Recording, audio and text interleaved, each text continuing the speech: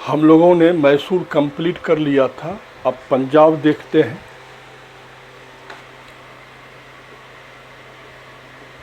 Punjab breakup करो। सबसे पहले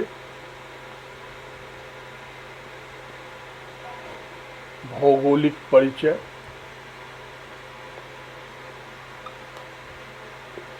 फिर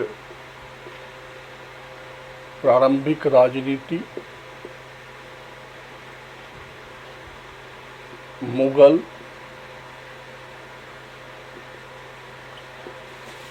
विकेंद्रीकरण,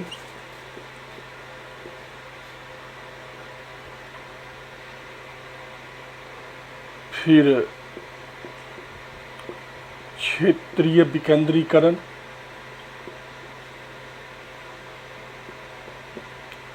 और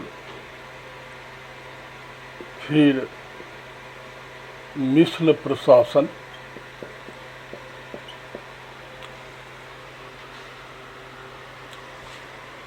अब आओ रणजीत सिंह,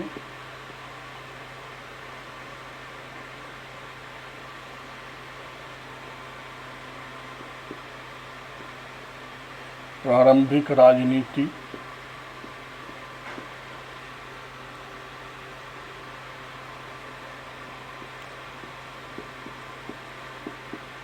जमान शाह से संपर्क,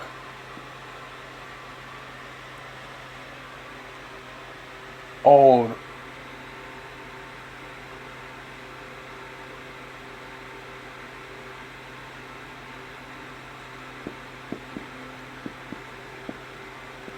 साम्राज्य निर्माण।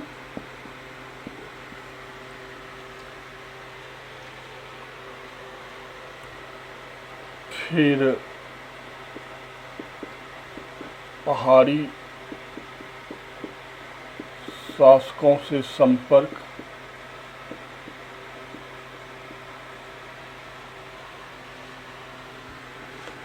इसमें पहला संसार चंद, फिर डोंगरा,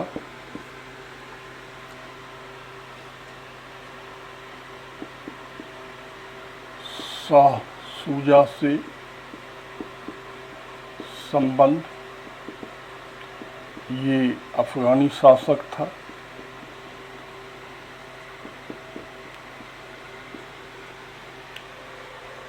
फिर ब्रिटिश कंपनी से संबंध,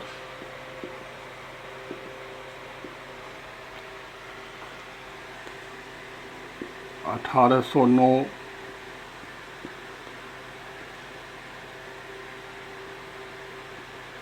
अमृतसर संधि, 1831 रोपर,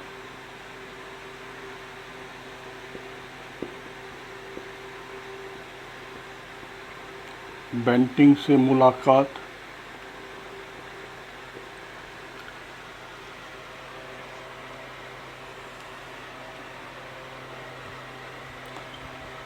फिर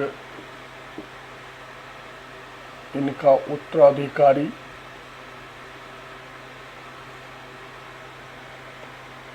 खड़क सिंह,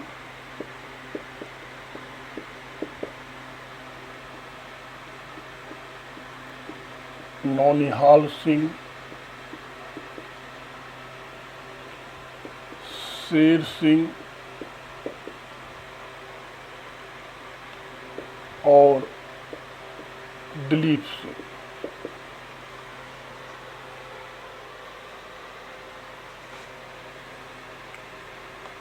फिर आंग्ल सिख युद्ध,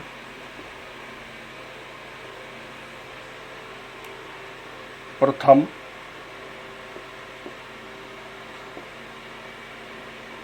1845 से 46, द्वितीय 1848 से 49।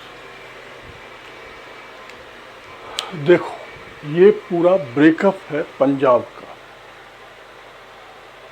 ठीक है। और अब इसे एक एक करके समझते चलो, अपने आप पंजाब पूरा हो जाएगा। और लिखित में आपको सारे मटेरियल उपलब्ध होगा सीडी के साथ। बार बार मैं कह रहा हूँ कि जब भी आप जीएस का क्लास लोगे तो वो लिखित मटेरियल जो समझा रहा हूँ, जो समझने की जगह है उसे समझा रहा हूँ, जो रट्टाफिकेशन तथ्यात्मक चीज़ है वो आपको मटेरियल के रूप में उपलब्ध होगा। देखो चूंकि क्षेत्रीय राजनीति को पढ़ रहे हैं तो स्वाभाविक है कि हमें सबसे पहले भौगोलिक परिचय लेना है। और हम जिस पंजाब की बात कर रहे हैं वो वर्तमान का पंजाब नहीं है। इसमें आधुनिक हरियाणा, आधुनिक पंजाब, हिमाचल प्रदेश, जम्मू एंड कश्मीर और पूरा का पूरा पाकिस्तान मिला दूं तो ये पाकिस्तान के साथ साथ आधी अफगानिस्तान मिलाओगे तब जाके रंजीत सिंह का पंजाब होगा। मतलब ये छोटी मोटी जगह नहीं है। मतलब दिल्ली से थोड़ा आगे बढ़ जाओ और कंधार तक चले जाओ पश्चिमोत्तर दिशा में, वो पूरा का पूरा हिस्सा जो है वो महाराजा रंजीत सिंह का साम्राज्य है। अब यहाँ की इनिशियल राजनीति को देखो ये आप सब जान रहे हो कि भारत का पश्चिमोत्तर हिस्सा जो है, इधर से ही हमेशा विदेशी आक्रमणकारी भारत आए, यूरोपियंस को छोड़ दो तो अंतिम रूप से यहाँ से मुगल आए। तो स्वाभाविक है इस क्षेत्र पर हर किसी का सैनिक रूप से अत्यधिक महत्वपूर्ण ध्यान रहा है। मुगलों का भी था, नो डाउट, लेकिन औरंगजेब के बाद मुगलों का विकेंद्रीकरण शुरू हुआ, टूटना शुरू हुआ। और 1739 में नादिर शाह का आक्रमण।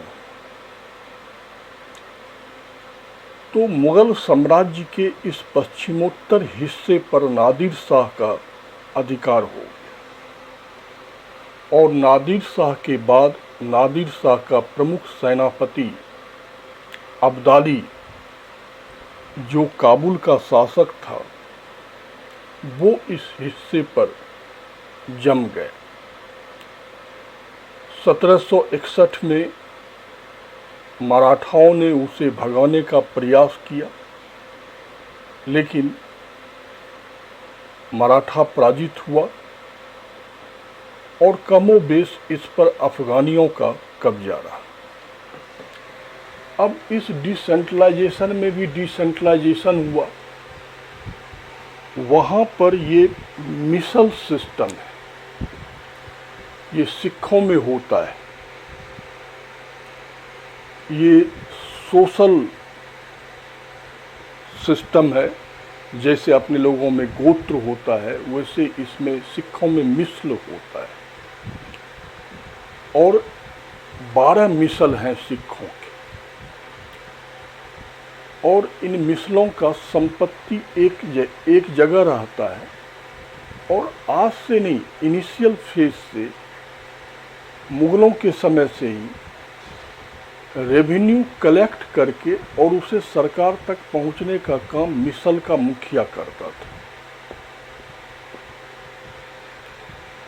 इसी को बाद में अंग्रेजों ने महलवारी सिस्टम बनाया है। तो समझ ही गए होंगे। अब जो अफगानी शासक है वो इन मिसलों के मुखिया से ही टैक्स लिया करता था। इसी मिसल में से एक मिसल था सकुर चकिया मिसल, सकुर चकिया। और इस सकुर चकिया मिसल का क्षेत्र था रावी एंड चिनाव नदी का दोआब। ठीक है, इस सकुर चकिया मिसल इस रावी और चिनाव नदी के बीच में काम करता था, माने टैक्स वसूलता था। और इसके नेता थे महासिंह। इसी महासिंह के यहाँ 1780 में एक बच्चे का जन्म हुआ जिसका नाम रंजीत सिंह रखा गया। अर्थात रंजीत सिंह का जन्म 1780 में सकुर चकिया मिसल के मुखिया महासिंह के घर हुआ। एक छोटे से मिसल के मुखिया के यहाँ पैदा होने वाला बच्चा रंजीत सिंह कैसे महाराजा रंजीत सिंह बन के एक साम्राज्य की स्थापना करता है, वो अब आपको देखना होगा। देखो, 1792 में महासिंह की मृत्यु हो जाती है। तो इस 12 साल के बच्चे को इस मिसल का मुखिया बनाया जाता है। स्वाभाविक है कि ये छोटा सा बच्चा शासन को नहीं चला पाएगा, तो इसके शासन को चलाने के लिए एक परिषद का गठन किया गया। और उस परिषद में इनकी माताजी राजकौर, इनकी मदर इन लॉ, चूँकि उसमें बाल विवाह होता था, सदा कौर, और इनका दीवान लखपत राय, ये 3 मेंबर थे। Mother Rajkaur, mother in law सदा कौर और दीवान लखपत राय, ये तीनों मिलकर इसके शासन को चलाने लगे। वास्तव में महाराजा रंजीत सिंह के करियर की शुरुआत 1798 से होती है, जब अहमद शाह अब्दाली की मृत्यु होती है।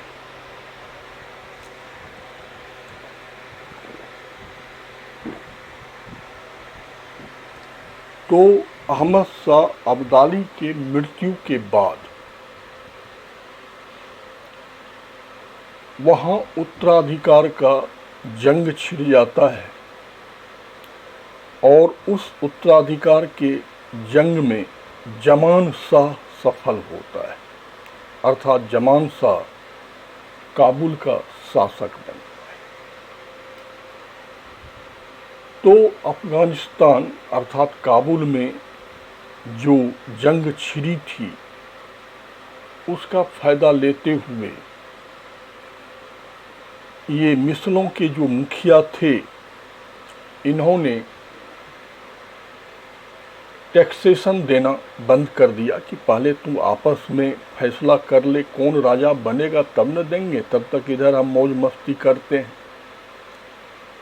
तो जब जमान शाह शासक बना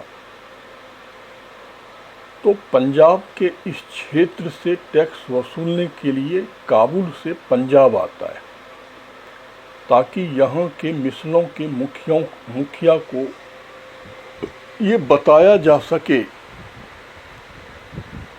कि काबुल में फैसला हो गया और अब आप लोगों को पहले की तरह नियमित टैक्सेशन भेजना होगा। तो जमान शाह जब पंजाब में सक्रिय था तो उसी समय काबुल में उसके उत्तराधिकार को फिर से चुनौती दिया गया। अब नादिर शाह का हालात न घर का न घाट वाला रह गया। उधर काबुल जाने का डर, तो काबुल गया तो उधर पंजाब में ही इसका काम तमाम हो जाता। इसलिए वो हड़बड़ाहट में पंजाब से काबुल लौटना चाहता है। इस हड़बड़ाहट में उसके तोप और बंदूक का बक्सा जो है उफनती चिनाव नदी में गिर गई। अब ये जमान शाह के ऊपर दोहरी मार पड़ गई। एक मार तो काबुल, दूसरा कि वहां जाके करेगा क्या। जो अग्न्यास्त्र था वो तो चिनाव नदी में गिर गया। तो उसने काबुल जाना ही स्वीकार किया और काबुल की ओर प्रस्थान कर। उसके जाने के बाद मिसलों के मुखिया आनंद में डूब गए कि अब जाओ, पहले अपने फैसला करो, मारा पीटी करो, तब यहाँ से टैक्स लेना। लेकिन इसी वक्त का फायदा उठा लिया रंजीत सिंह ने, जो कि मात्र 18 वर्ष का युवक था। और रंजीत सिंह ने चिनाव नदी में गिरे हुए बंदूक और तोप के बक्से को निकालकर काबुल पहुंचवा दिया। और जमान शाह ने इस हथियारों का प्रयोग अपने विरोधियों के ऊपर किया और जमान शाह फिर काबुल का शासक बनने में सफल। यहीं से रंजीत सिंह का राजनीतिक उदय शुरू हुआ। कारण देखो, सबसे पहला चीज कि जमान शाह भी अब ये तय कर चुका था कि हमें काबुल छोड़ के इधर उधर नहीं जाना है, क्योंकि यदि काबुल छोड़ के इधर उधर जाते हैं तो काबुल ही हाथ से निकल जाएगा, तो फिर बचेगा क्या। नंबर 2 कि उसे रंजीत सिंह के रूप में पंजाब में एक वफादार सिपाही मिल गया, ईमानदार। तो उसने रंजीत सिंह से ये कहा कि पंजाब में तुम अपने क्षेत्र का विस्तार कर लो और जो सब मिला के रेवेन्यू देता है उतनी रेवेन्यू तुम अकेले दे दिया करो। सामान्य सी बात। तो रंजीत सिंह भी तैयार हो गए और फिर रंजीत सिंह ने 1805 ईस्वी तक में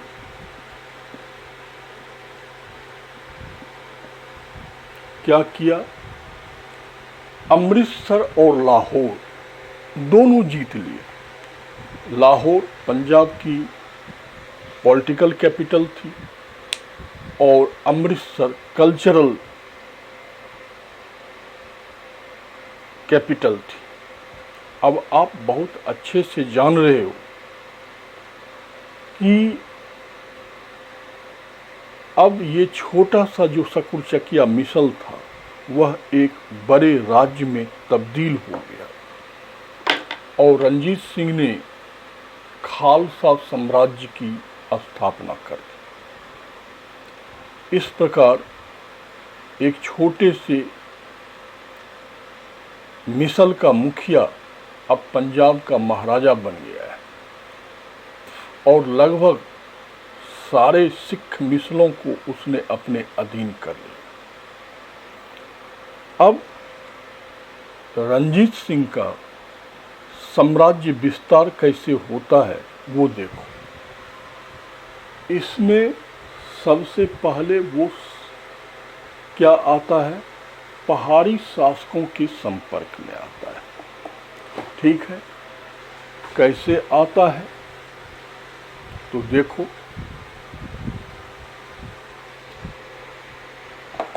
आप जान रहे हो हिमाचल प्रदेश में एक जगह है कांगड़ा। तो कांगड़ा का शासक था संसार चंद। तो ये संसार चंद पहाड़ से नीचे आता था, अपना लूटपाट करता था, लेकिन अब पहाड़ के नीचे रंजीत सिंह, तो वो पहाड़ से ऊपर जाता है और यहाँ पर कहलूर नाम का एक राज्य था, उस पर अटैक करना चाहता है। तो कहलूर के शासक ने नेपाल के शासक से मदद मांगा। तो नेपाल के शासक ने अमर सिंह थापा के नेतृत्व में एक सेना संसार चंद के खिलाफ भेज दिया। अब संसार चंद को ये लगने लगा कि मेरा काम तमाम है। तो संसार चंद ने रंजीत सिंह से मदद मांगा। तो रंजीत सिंह ने कहा कि मैं मदद दूंगा, लेकिन तुम मेरा सामंत बन जाओ और कांगड़ा का किला हमको दे दो। संसार चंद तैयार हो गया। फिर दीवान महक चंद के नेतृत्व में एक सेना भेजी गई, कहाँ, अमर सिंह थापा के खिलाफ, जिसने इन गोरखा सेना को पराजित किया। इस प्रकार आधुनिक जो हिमाचल प्रदेश है वो पूरा का पूरा रंजीत सिंह के हिस्से आ गया और संसार चंद उनके यहाँ सामंत बन गया, जो सांधवालिया गुट के नाम से फेमस हुए। उस समय जम्मू कश्मीर पर डोगराओं का शासन था। रंजीत सिंह ने उसको भी निपटाया और जम्मू कश्मीर को अपने साम्राज्य का हिस्सा बना लिया और डोगरा सामंत बन गए किसके, रंजीत सिंह के। तो इस प्रकार हिमाचल और जम्मू कश्मीर रंजीत सिंह के साम्राज्य का हिस्सा बन गए। अब देखो अफगानियों से संबंध, वो अफगानी जो कभी इसी अफगानी शासक अब्दाली जमान शाह के अधीनस्थ हुआ करते थे रंजीत सिंह और रंजीत सिंह का खानदान, आज वो उल्टा पड़ जाएगा। जमान शाह के मृत्यु के बाद इधर रंजीत सिंह विस्तार पे विस्तार करते जा रहा है, उधर जमान शाह खत्म। तो अफगानिस्तान से संपर्क भी टूट गया।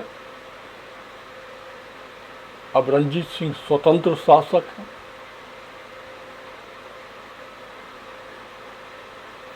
और वहां पर उत्तराधिकार का संघर्ष चलने लगा। उस संघर्ष में शाह सूजा सफल हुआ और वो शासक बना। लेकिन शाह सूजा को उसके भतीजे दोस्त अली ने फिर चुनौती देके गद्दी से उतार दिया। अब ये शाह सूजा भागे भागे रंजीत सिंह के पास आता है और रंजीत सिंह से ये याचना करता है कि आप मेरा सैनिक मदद करें और मुझे अफगानिस्तान की गद्दी पर बैठाएं। संयोग देखो कि जिस रंजीत सिंह को उसका पूर्वज जमान शाह अपना एजेंट बना के रखा था, आज वही उनसे सैनिक मदद मांग रहा है। तो बोले देखो सैनिक मदद तो मैं दे दूंगा,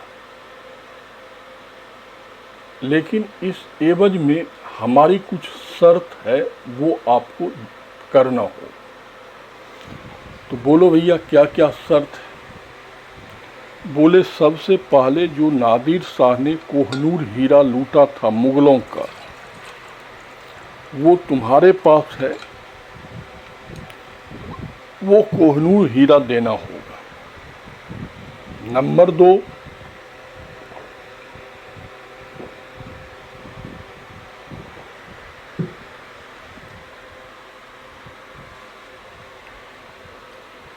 मोहम्मद गजनी ने जो सोमनाथ का मंदिर लूटा था, उसका स्वर्ण दरवाजा आज भी अफगानिस्तान में है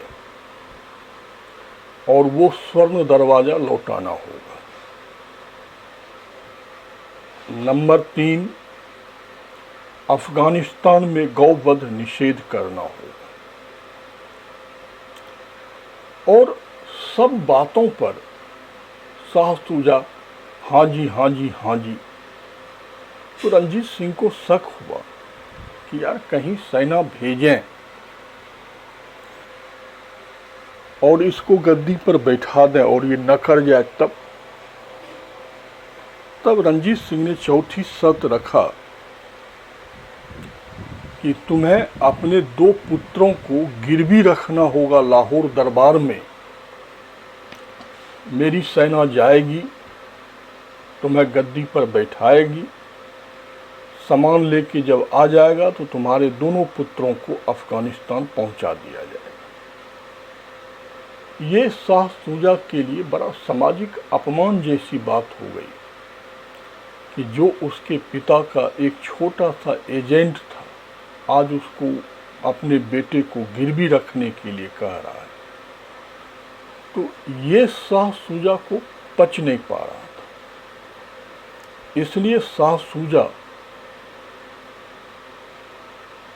लाहौर दरबार छोड़कर ब्रिटिश ईस्ट इंडिया कंपनी के पास पहुंचता है। अब अंग्रेज तो आप जानते हो कि वो ऐसे विभीषण को तो खोजते रहता था कि कहाँ मिल जाए। तो वही हुआ। अब वो शाह सूजा का मान सम्मान सब कर रहा था, लेकिन शाह सूजा जब भी उसे सैनिक मदद की बात करता था तो अंग्रेज अधिकारी कोई न कोई बहाना बना लेते थे। शाह सूजा का समय निकलता जा रहा था। वास्तव में वो दौर नेपोलियन का था। नेपोलियन रूस के जार के साथ टिलसिट का समझौता कर चुका था और भौगोलिक रूप से आप जानते हैं कि अफगानिस्तान और रूस का सीमा मिल जाता है, ये कोई छिपा हुआ नहीं है। तो और नेपोलियन थल मार्ग से भारत पर अटैक करना चाहता था और यदि वो महाद्वीपीय व्यवस्था में नहीं फंसता तो ऐसा हो भी जाता। इसलिए अंग्रेजों को डर लग रहा है कि यदि शाह सूजा को सैनिक मदद देकर अफगानिस्तान पहुंच जाए तो फिर नेपोलियन से सीधी टक्कर होने की संभावना हो जाएगी। इसीलिए ब्रिटिश हुकूमत उसे टालती रही कि जब नेपोलियन का यूरोप में पतन हो जाएगा तब इसका सैनिक मदद करेंगे। लेकिन शाह सूजा तो अधीर था। तो शाह सूजा फिर अंग्रेजों के यहाँ से रंजीत सिंह के दरबार में आया और उसने रंजीत सिंह से प्रार्थना किया कि आप एक शर्त हटा दीजिए, मेरे पुत्रों को बंधक मत बनाइए, बाकी मैं आपके सारे शर्तों की पूर्ति करूंगा। तो रंजीत सिंह समझ गए कि इसे अब कहीं से मदद मिलने वाला है नहीं, इसलिए उन्होंने उसके पुत्रों को बंधक बनाने की शर्त को हटा दिया और हरि सिंह नहलवा के नेतृत्व में एक विशाल फौज उन्होंने भेज दिया और हरि सिंह नहलवा ने काबुल पर कब्जा किया, शाह शुजा को गद्दी पर बैठाया, कोहिनूर हीरा भी लिया, स्वर्ण मंदिर सोमनाथ मंदिर का स्वर्ण दरवाजा भी लिया जो अभी भी अमृतसर गोल्डन टेम्पल में लगा हुआ है, और साथ ही साथ अफगानिस्तान में गौवध निषेध का फरमान जारी किया और लौटती हुई हरि सिंह नहलवा की सेना ने कंधार के जामरूद किले पर अटैक किया और उसे भी जीतकर महाराजा रंजीत सिंह के साम्राज्य में मिला दिया।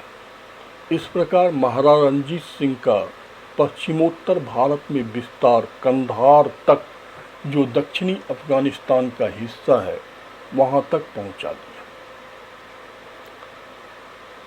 अब जो महाराजा रंजीत सिंह पश्चिमोत्तर भारत में सफलता पे सफलता दिए जा रहा है, वही ब्रिटिश ईस्ट इंडिया कंपनी के आगे झुको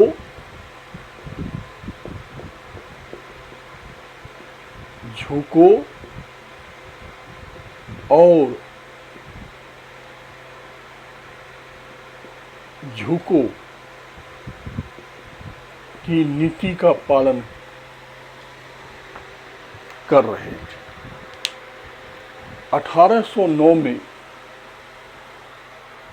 अमृतसर की संधि, इस संधि के अनुसार सतलज नदी के पश्चिमोत्तर नॉर्थ वेस्ट महाराजा रंजीत सिंह का साम्राज्य मान लिया गया और इसके दक्षिण पूर्व कंपनी का अपने आप मान लिया, जबकि रंजीत सिंह को दिल्ली पर अटैक करना चाहिए, क्योंकि ब्रिटिश ईस्ट इंडिया कंपनी 1803 ईस्वी में ही दिल्ली आई थी। इसलिए रंजीत सिंह को दिल्ली पर अटैक करके उस पर कब्जा करना चाहिए। फिर 1831 में पंजाब के रोपर नामक जगह पर महाराजा रंजीत सिंह और लॉर्ड विलियम बेंटिंग की मुलाकात हुई। उस मुलाकात में भी वो इसी संधि को रिपीट कर लेते हैं, अर्थात कहीं न कहीं Maharaja Ranjit Singh British East India Company से या तो घबराते थे या डरते थे। उन्हें ये लगता था कि यदि हम भी ब्रिटिश कंपनी से भिड़ेंगे तो हमारा भी हश्र कहीं वही न हो जाए जो बंगाल के नवाब का, मैसूर